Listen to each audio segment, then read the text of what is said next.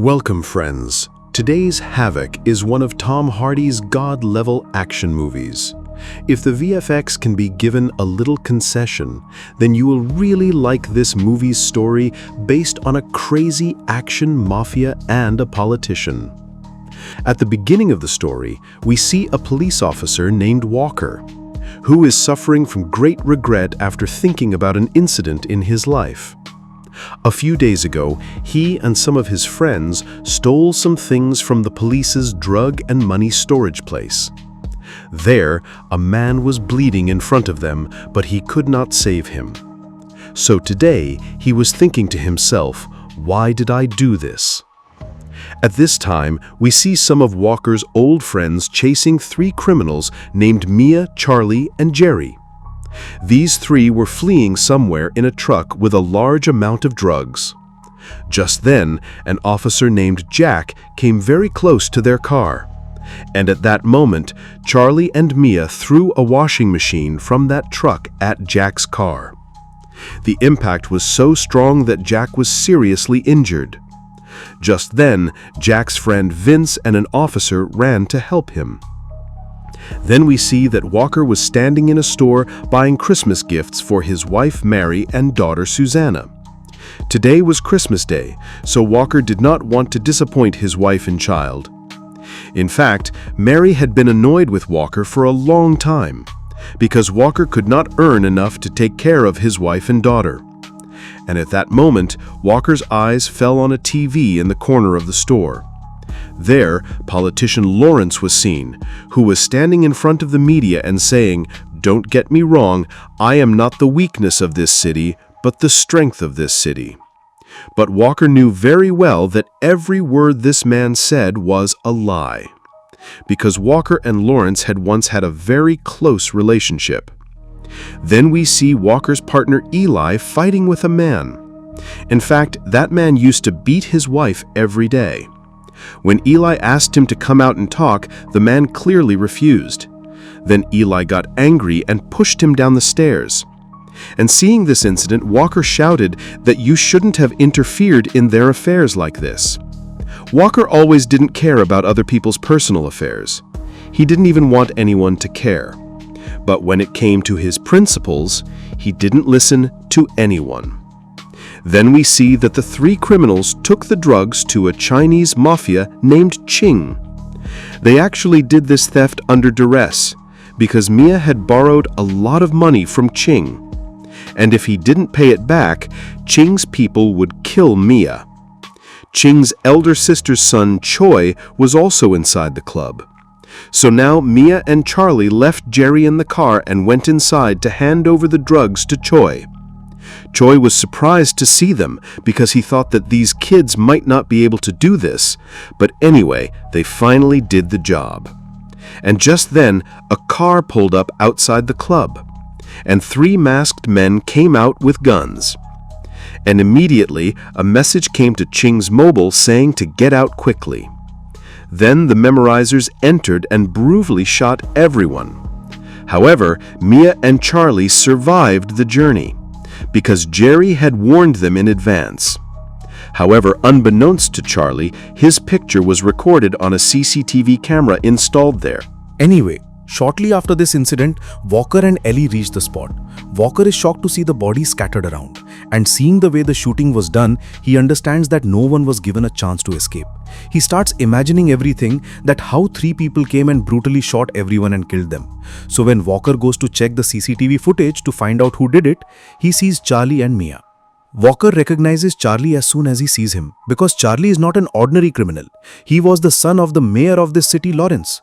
Even after knowing this, Walker does not tell anyone. And immediately now Walker goes to Lawrence. He tells Lawrence everything, that your son Charlie is responsible for killing the son of the Chinese mafia. He was present inside the club at the time when the son of the Chinese mafia was killed. Now the Chinese mafia may not let your son live. Immediately Lawrence says that bring my son back alive no matter what, I will give you whatever you want.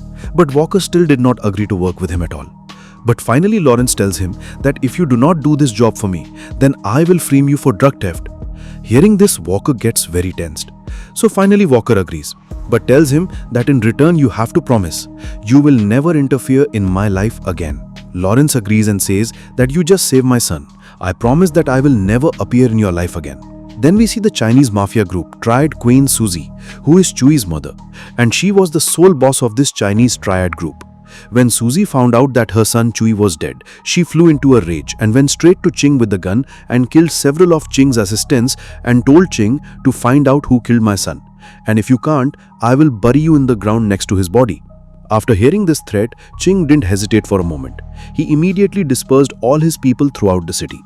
Meanwhile, Walker comes to meet the man who was shot and hospitalized that night. Walker shows him a picture of Charlie and asks, "Is this the same man who opened fire inside the club last night?" The man says that 3 monsters came wearing hockey masks. They killed our boss and his people like butchers. Hearing this, Walker's suspicions shifted away from Charlie. Now he goes straight to the hospital to look for his old friend Jack. There was another friend of Walker named Vince. Vince tells Walker that we know you know about Charlie very well. We all worked for Lawrence once. But if his son is really a murderer now, then there is nothing we can do. Because fighting the Chinese mafia means inviting your own death. But yes, we are sad to think that your partner is hospitalized here and you were busy with other work instead of coming here. Hearing this, Walker does not say anything more because he knows that if anyone finds out what deal he made with Lawrence, then his job will be gone and his friends will also leave him. Walker then goes to Jack's room and talks to his wife Maria for a while. Maria says that when Jack regained consciousness, he only talked about you. He kept saying that you all were going to be in a big danger, but I did not understand anything he said. Then the story goes into flashbacks to the incident when Walker, Vince and a few others stole money and drugs from the police's secret storeroom. And that very night, a man suddenly appeared in front of them. Vince and Walker thought it might be a security guard, so they shot the man without realizing it. But later they found out that the man was an undercover police officer. The man was still writhing in pain. Walker wanted to save the man, but Vince forbade him, saying that if this man survived, he would definitely tell everyone about our theft. With this, Vince shot the half-dead man dead. That is, both Walker and Vince were guilty of killing their own partner. However, after this incident, Walker reassures Maria that don't worry, we have nothing to do with what Jack said. Then the scene cuts to Mia. She is now planning to leave the country with the help of her uncle Rahul. Rahul tries to convince her to let Charlie go. Her father is very powerful. He is the mayor of the city. If he is caught, his father will definitely pay him money to get him out. But I am the only one in this world who can keep an eye on you. But Mia is not willing to let Charlie go. She tells Rahul that you just arrange for us to escape, we will take care of the rest. Actually, Mia loved Charlie very much, so Rahul gives in to Mia's insistence. He gives Mia a phone that he will always keep with him. And I will call you, you will never call me. Then Mia and Charlie run away together, and Rahul starts making fake passports for them. Meanwhile, a senior of Walker calls him and says, "You saw the CCTV footage while investigating. You recognized Charlie too. Then why didn't you tell us that Charlie is Lawrence's son?" Saying this, the senior removes Walker from this case and hands over the case to Eli and Officer Richardson. But Walker knows very well that if this case goes to Richardson, everything will go wrong. So anyway, now after the senior leaves, Walker convinces Eli that you trust me, everything I did was to catch the criminals. Eli had worked with Walker for a long time, so he trusted him, so he used to give him all the secret information from the outside. Eli tells that a man named Rahul knows Mia very well, you should go to him. Then we see Mayor Lawrence, who was going somewhere with his secretary, but suddenly 2 men stood in front of their car, and they killed Lawrence's driver and secretary. Then they started insulting and cursing Lawrence. These 2 attackers were actually the people of that gangster Susie, because now that gangster has found out that Lawrence's son Charlie was in the club that night during the shooting. They think Lawrence's son Charlie killed his son. So now Susie calls Lawrence and says that I came here from China only to bury my son's body, and now I want your son instead of my son. As soon as they finish talking, 2 men grab Lawrence from the car and kidnap him. Meanwhile, we see that Vakar has gone to Rahul's house. Rahul sees Vakar and goes inside and hides Mia's passport. But unfortunately, Vakar sees it. Vakar says, "Tell me the truth. Where are Mia and Charlie now?" At that time, Rahul was naturally saying that I don't know anything, sir. But at that moment, Waqar uses his intelligence and tells him that Rahul, give me your mobile. He unlocks the mobile and keeps it with him. Then he says very coldly that from now on, you don't know me and I don't know you. Imagine that nothing has happened between us. But Rahul can't understand why Waqar is doing this. Just then, Waqar calls the officers standing inside and gets Rahul arrested. Although the responsibility of this case was in Richard's hands, Waqar had already decided that he would continue the entire investigation on his own without telling anyone, because it was his responsibility to save Charlie. Meanwhile, the boy named Jerry goes to Ching and Susie's people and catches them on his own, because he realized that he would not be able to escape from these gangsters. Jerry goes there and says, trembling, "Please don't kill me. I know Charlie's girlfriend Mia very well. If you give me a chance to live, I will definitely be able to find them." Susie stops a little after hearing Jerry's words. But we will find out later whether they will be able to catch Charlie at all. When we see that Walker has finally reached her while searching for Mia, Mia sees her passport in Walker's hand and immediately realizes that this man is a policeman. She tries to escape from there without a moment's hesitation. But Walker stops her and tells her not to be afraid. "I work for Charlie's father Lawrence. Just tell me one thing, that where is Charlie right now?" But Mia refuses to tell Charlie's address. However, before Walker can force anything on her, Vince and his companions suddenly arrive there. Mia immediately shouts that this is the man who came to the house and shot her that day. Hearing this, Walker is completely shocked. He could never have imagined that the real killer is his own friend Vince.